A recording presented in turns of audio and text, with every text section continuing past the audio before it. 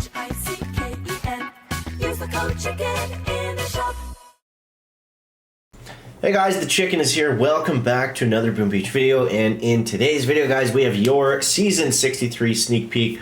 This one is colossal. This might go down as the craziest season in Warships that we have ever had. There is so much to go over. And so many changes, and it's completely wild. So we're gonna, I don't even know where to start this off. We've got, let's actually first show you all the base layouts. So I'm gonna put those up on the screen here. Now,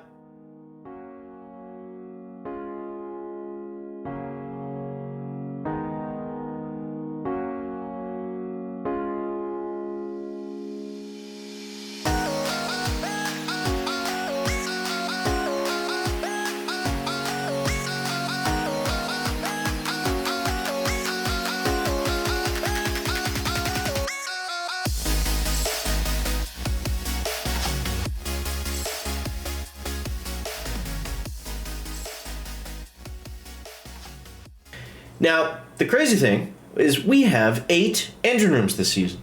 8 engine rooms. And with that, you only have the potential of one of the 2 last decks. Depending on which of the last engines you pick first, that is going to give you your deck layout. So we'll go over each one of those and show you. And show you all that stuff. The stats are completely insane. I have a little screen card made up that I'll show you, but I may have mixed them up somewhere. But let's do this. So you've seen the deck layouts now. Let's run through the tech tree, and yeah, we'll run through the tech tree, then we'll go over the stats. So right out of the gates, it doesn't look too crazy. Okay, let's show you a quick overview of the entire thing because it is nuts. So this season we've got. Obviously, we've got prototype nodes, we've got some building nodes, we've got stat choice nodes, we have a ton of negative nodes, as you can see here. We've got options to go backwards, forwards, grab engines. Backwards, forwards, grab engines. We can get early seekers, or we can get early heavy chopper bomber. More stat nodes, more prototypes. Some good protos, even though level 1... keep chugging along here. This is just a quick overview. More changing stat nodes, lots of stat nodes. And then we have, as you can see here, this is engine room number 7, and this is number 8. Or depending on how you unlock it, this could be number 7, and this could be number 8. Now you notice there's a reduced key cost on some of these engine rooms, even though that means we're still spending more keys on engine rooms because... well, number 1, there's 8 of them, and number 2, I believe this is a 28-day season, so, or a 4-week season, so that's why the tech tree is a little bit longer, because we should have, you know, more time to unlock stuff. But yeah, it's absolutely craziness. So the potential for ADRs, now from what I've seen, I actually just got feedback on this. They stop increasing in level at level 5, and they remain with a 50,000 base HP at some point. So they're not going to get up to 80,000 HP or anything like that as a base statistic, the engine rooms. So let's go over the new stuff. So 8 engine rooms, 2 potential new decks, and we have the... Now, this is kind of confusing. So this is the Mega Scorcher. The Mega Scorcher is the incinerator, the proto troop. It's only 24 keys, so it's fairly cheap at the end of the tech tree. And it costs 12 GB to deploy. It's essentially a redone incinerator, so I believe they have a little bit more health and they do a little bit more damage. But overall, it's still going to be worse than a heavy chopper because it's facing all the mines and all the defenses versus the heavy chopper, you know, being able to skip over a lot of that because it's a flying troop. So, and obviously this one doesn't drop anything out of it, so... Still not as good as heavy choppers, but an interesting choice to have at the end of the tech tree nonetheless. So yeah, let's run through the stats next, because the stats are pretty crazy. Let's go Just gotta pull this up here, just bear with me. So yeah, the stats are wild, and I think I got some of these wrong. but I'm just going to run through. So I tried to do it so white is the regular node, so we can add those up real quick. So troop damage 150, building damage 130, troop health 150, building health 100, and gunboat energy 100. And then you can see we've got a bunch of choices for negative nodes. We've got a bunch of choices for choice nodes, so you can potentially boost or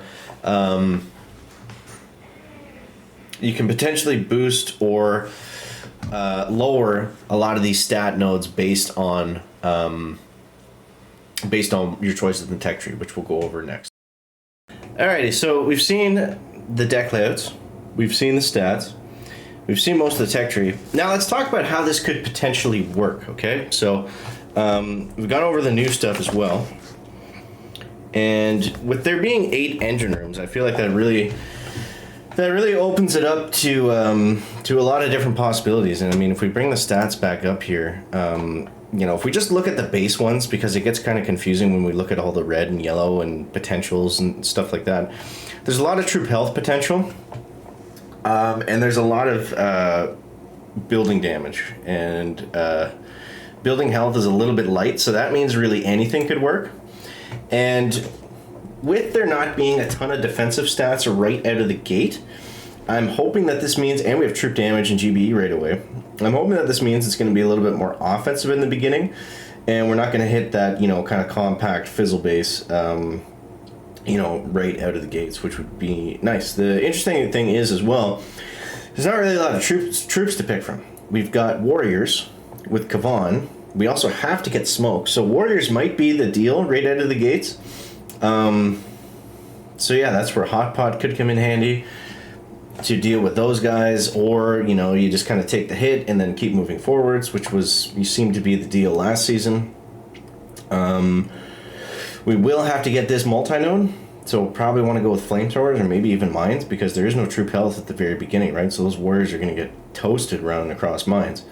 Tanks are an expensive option. If we really need to use them, they are there, in hopes that it doesn't become a fizzle meta.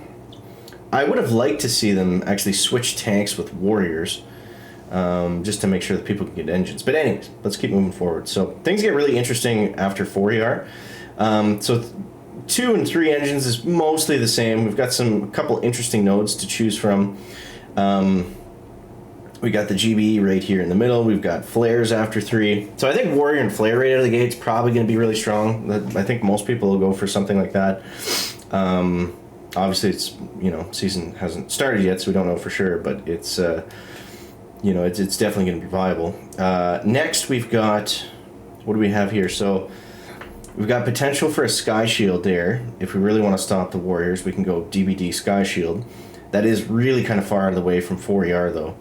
And then we've got medics, medkits, troop health, our first troop health, so that's good, but still no building health, not even in the stat node. So once we go to this is 3, yeah, this is 4 engines. All the key costs are different, right? 4 is typically 65 keys, now it's 60.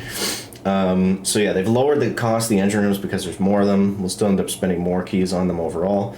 But this is very interesting. So 4AR, we got critters, we got shock launchers, which is good, because if they're going to at least give us critters, they've given us the choice to get shock mines and shock launchers. And with no cryo bomb, mines are going to be a lot stronger this season. Now, critters are pretty good to deal with mines, so we'll have to be careful about that. But other than critters, I don't think we have anything at all to deal with mines. We don't have any throwable gunboat abilities that are going to take them down. So, yeah.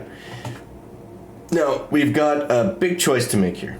So we could potentially go Laser Rangers, which I'm sure will be very strong at 4ER. We could potentially go Seekers, which is kind of why all these negative nodes are here. Again, they put Seeker super early, so even with all these negative nodes, they're going to be super strong. They've even got a Seeker boost over here. So, again, not sure why they decided to do that. That would have been better off putting it, at 5 or 6ER, but it'll be interesting nonetheless. Now, we've got some pretty heavy negative nodes here. So, -5, all your machine guns, all your flamethrowers, or 2 of your boom cannons. That's pretty huge. But the secret players, typically they're not running defense, right? So that doesn't really matter. If you want laser rangers, you got to take a pretty hefty stat node decrease. And then if you want to get the secret boost or heavy choppers, bombers, so we're going to have to get at least 2 of these negative nodes probably, no matter how you slice up your season. So we're going to have to take one of these. Thankfully, it's only 20%. Bombardiers are down this way. We've got another negative node down here, 10 or 20%. And then we've got our troop boost down this way. So, yeah, it's tough. And then we've got super early heavy choppers, which is interesting. Even with all the stat,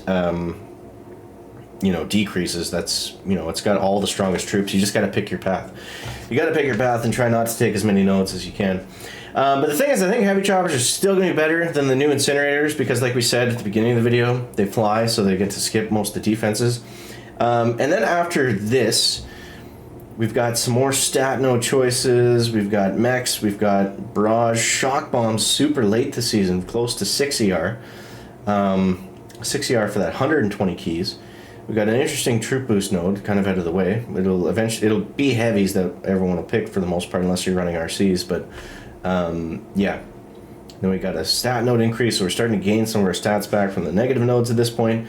Critter launchers are way at the end, close to 7 or 8 ERs, depending on how you look at it. We've got a multi-node here. And then, yeah. So the biggest choice this season is going to be the top 7 ER deck or the bottom 8 ER deck. And I'm not sure which one actually creates which deck. I think it's whichever one you unlock first, regardless if it's top or bottom. It gets associated with one of those last 2 decks.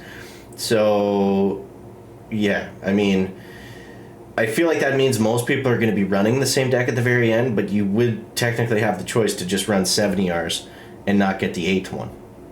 So we'll see. That might not even make a difference, as crazy as that sounds. The better deck might be the better choice there, rather than just unlocking both of them and being stuck with one deck. So, yeah. Interesting stuff, guys. Interesting stuff. This is a crazy one. So I want to hear from you. You guys let me know what you think down below in the comments. A lot to unpack. Can't, go over everything or say anything definitively, but just try to do my best to be able to give you guys all the info to plan your season. And we'll be back with the day 1 path probably tomorrow. So make sure you stay tuned for that. You guys, I hope you enjoyed the video. Let me know what you think down below in the comments. Don't forget to subscribe. We're closing on 40K, so it would mean a lot if you hit that button. Thank you guys. Appreciate you. And we'll catch you next one. Check it out. Back.